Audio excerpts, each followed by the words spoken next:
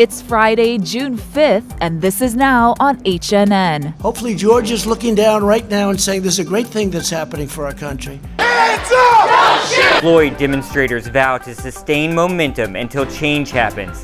Coming up, team coverage from protests here at home and across the nation. I'm Skylar Henry in Minneapolis, where lawmakers have banned police chokeholds. I'm Natalie Brand in Washington, where demonstrators continue to call for police reform in America. The lowest number since we started. New York City is set to begin reopening on Monday. I'm Nancy Chin in Manhattan with what it means for the U.S. epicenter of the pandemic and where states stand now. Oahu eateries welcome back customers for dine-in services. As you can see, our tables are all spread out. These stories plus breaking news. There's a bump in local coronavirus cases. Coming up on This Is Now.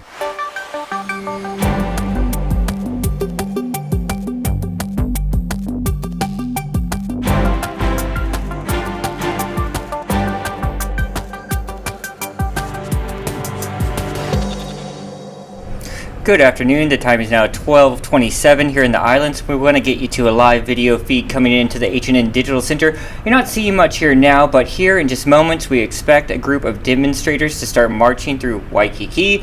This is all part of the Black Lives Matter movement. We have a reporter on the ground. We're going to get to that in just a moment.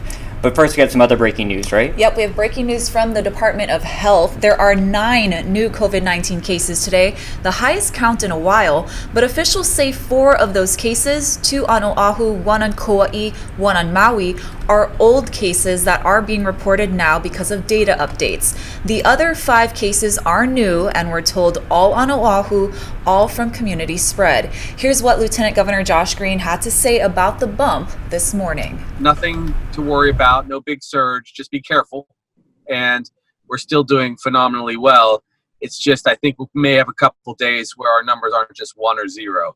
So that's a reminder that this disease can spread, but it has not changed anything. Our hospitals are still fully available. Our ventilators are not being used beyond about 10% capacity.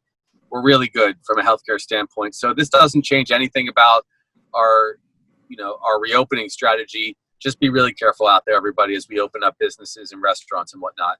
We want to take you back now to that local Black Lives Matters protest. It's happening in town right now. Mahealani Richardson is there on the ground next to the demonstrators. She has more on their plans for today. This is a protest against police injustice and racial inequality, all part of the Black Lives Matter movement. As you recall, George Floyd was killed. He was that unarmed black man who died while being subdued by a Minneapolis cop on May 25th.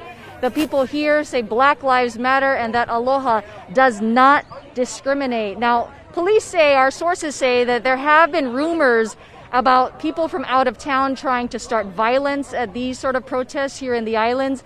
They say at this point they are ready for any type of incident, but they say that they expect this protest here to be very peaceful, as the other ones have been on Oahu and throughout the island. So we'll be covering this protest. It starts here at Ala Moana Beach Park and then goes all the way to Waikiki and will end at the Duke statue. We'll have more on all of our digital platforms on Hawaii News Now. I'm Mahealani Richardson for Hawaii News Now. Meanwhile, Minneapolis has agreed to ban the use of chokeholds by police and require officers to intervene and report if they see a fellow officer engaging in an unauthorized use of force.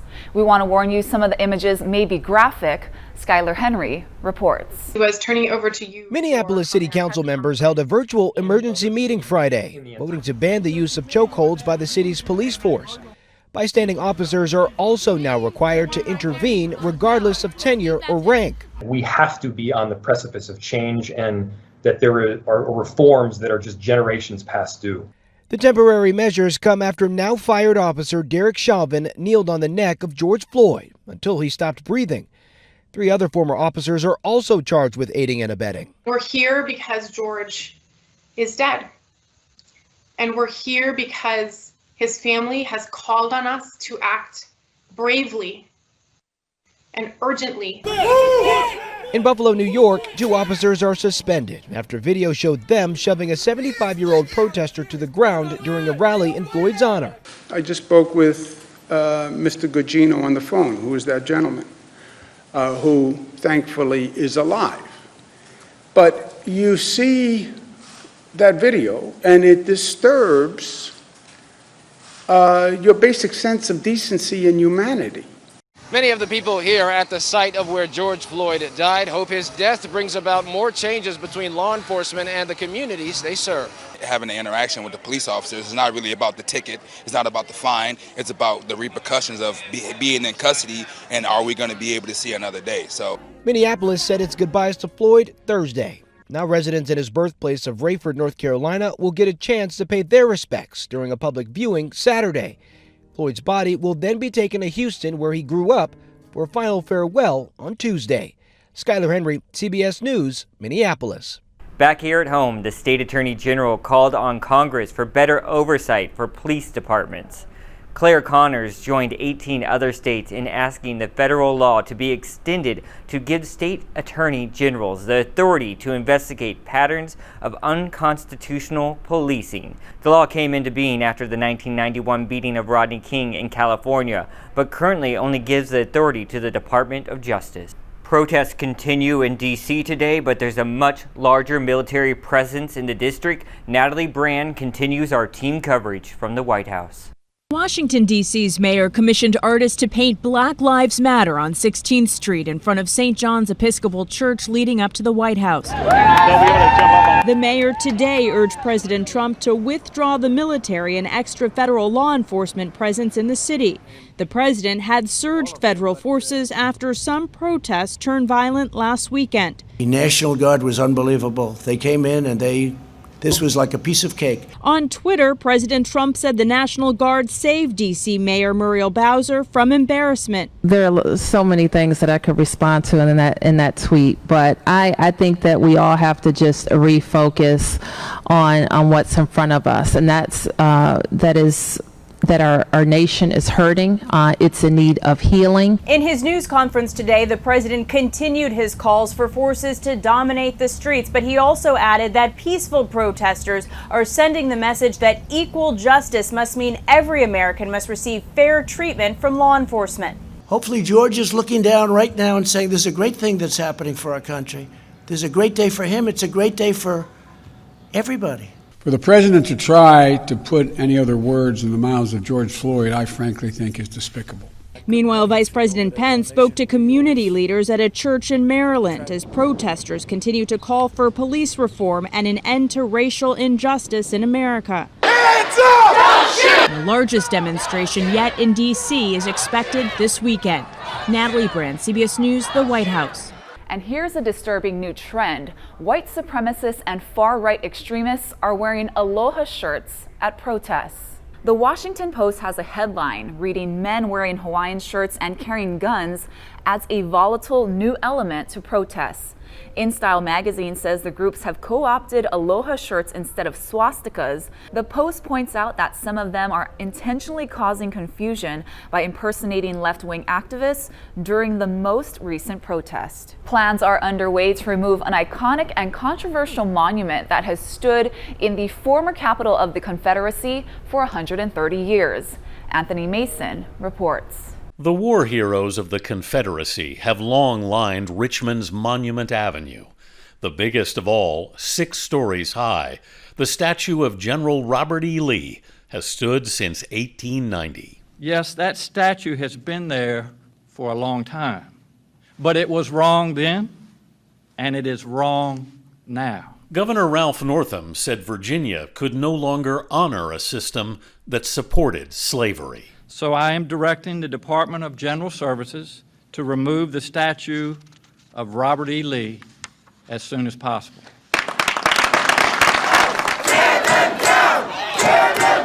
The monuments have become a focal point of protests in the aftermath of George Floyd's death. Wednesday night, an image of Floyd was projected on the base of the Lee statue. We're glad they're taking action and they're taking what we're saying seriously. So we're glad to hear that our voices are being heard finally. I hope that it's not just performative. I hope that real change actually comes. The former capital of the Confederacy raised the monument to General Lee 25 years after the South lost the Civil War. A crowd of 150,000 came out in 1890. But from the beginning, there was no secret about what the statue meant. Almost every one of those 150,000 people waved Confederate flags that day. Even General Lee's descendant, the Reverend Robert W. Lee IV, backed the decision. This statue is a symbol of oppression, and if it is a symbol, it becomes an idol, and if it becomes an idol, I am convinced as a Christian that the idols must be torn down. Supporters of the monuments immediately protested. State Senator Amanda Chase, a Republican candidate for governor, reacted on Facebook. It's all about shoving this down people's throats and erasing the history of the white people. And I think that's wrong. But Richmond's mayor, LeVar Stoney, wants all the Confederate statues removed. I don't believe they should be on grand boulevards like Monument Avenue. I think they should be found in museums and cemeteries and battlefields. The artist Kehinde Wiley came face to face with them for the first time a few years ago. What did you see? I saw a spectacle that felt dreadful. To be in a black body walking through the streets of Richmond and to see something that signifies the enslavement of your people, that's a little bit more heavy duty. Wiley, best known for painting President Obama's portrait, answered with a monument of his own, a 27-foot-high bronze sculpture of a young black man on horseback, unveiled in December at Virginia's Museum of Fine Arts in front of thousands. Who is this man? Well, he's anyone and no one. I think it meant a lot to me to be able to say that in the 21st century, we as a society can say yes to a monument to a young black man in a hoodie. You want your statue to be speaking back to those statues? I want my statue to be speaking back to the people looking at those statues. It makes sense to have something exist on a monumental level because this is a monumental conversation that this country needs to have. The state of Virginia owns the land the statue of General Lee stands on, but the other Confederate statues are all on city property. Next month, when a new law allowing cities to decide the fate of monuments goes into effect, Mayor Stoney will move to have them all taken down. Anthony Mason, CBS News, New York. Surprising unemployment numbers for the month of May. U.S. unemployment fell to 13.3% last month.